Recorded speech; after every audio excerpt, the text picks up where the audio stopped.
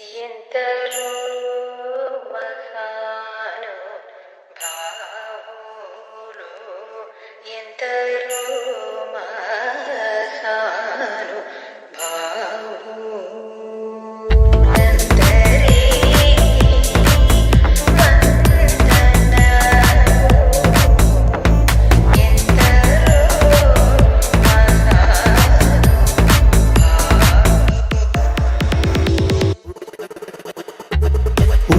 പാലനം വേണ്ട അകുണവധികാരം വേണ്ട